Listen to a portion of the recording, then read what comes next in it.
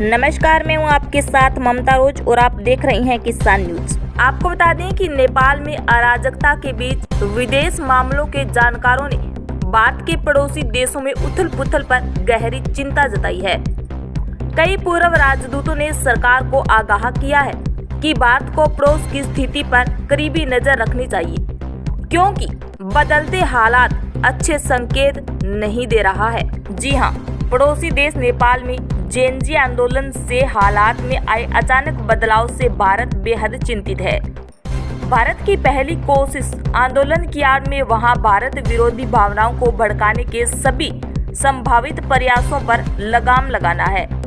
भारत खासकर आंदोलन के नेतृत्वहीन होने के साथ अराजक हो जाने से ज्यादा चिंतित है।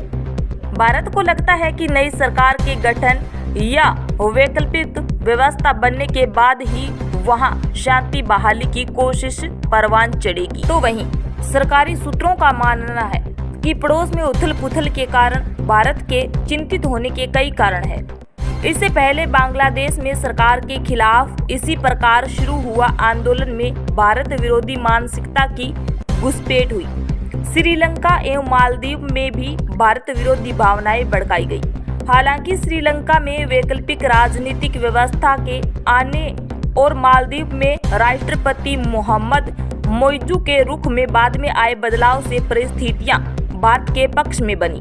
अफगानिस्तान से भी नाटो की विदाई के बाद तालिबान ने भारत विरोधी भावना कूट-कूट कर भरी थी। हालांकि अब उसके रुख में भी परिवर्तन आया है। तो वहीं सरकारी सूत्रों का ये भी कहना है कि बांग्लादेश की तरह नेपाल में युवाओं के आंदोलन का कोई चेहरा नहीं है। सोशल मीडिया पर प्रतिबंध के बाद भ्रष्टाचार के खिलाफ शुरू हुआ यह आंदोलन हिंसक होने के साथ अराजकता में तब्दील हो गया और जिस तरह से आंदोलन के दूसरे दिन लूटपाट शुरू हुई और पूरा आंदोलन नियंत्रित हो गया, उससे आंदोलन की आड़ में भारत विरोधी भावना भड़काने की आशंकाएं पैदा हुई।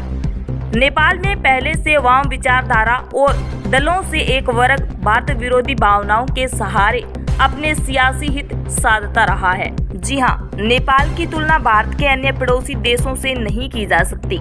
इसका सबसे बड़ा कारण दोनों देशों के बीच 1751 किलोमीटर की खुली सीमा और दोनों देशों के नागरिकों का एक दूसरे देश के निर्बाध आ जाने की व्यवस्था के साथ परस्पर नागरिक, सांस्कृतिक और धार्मिक संबंध बेहद गहरे हैं। इतना ही नहीं, नेपाल के नागरिक भारतीय सेना में भी हैं।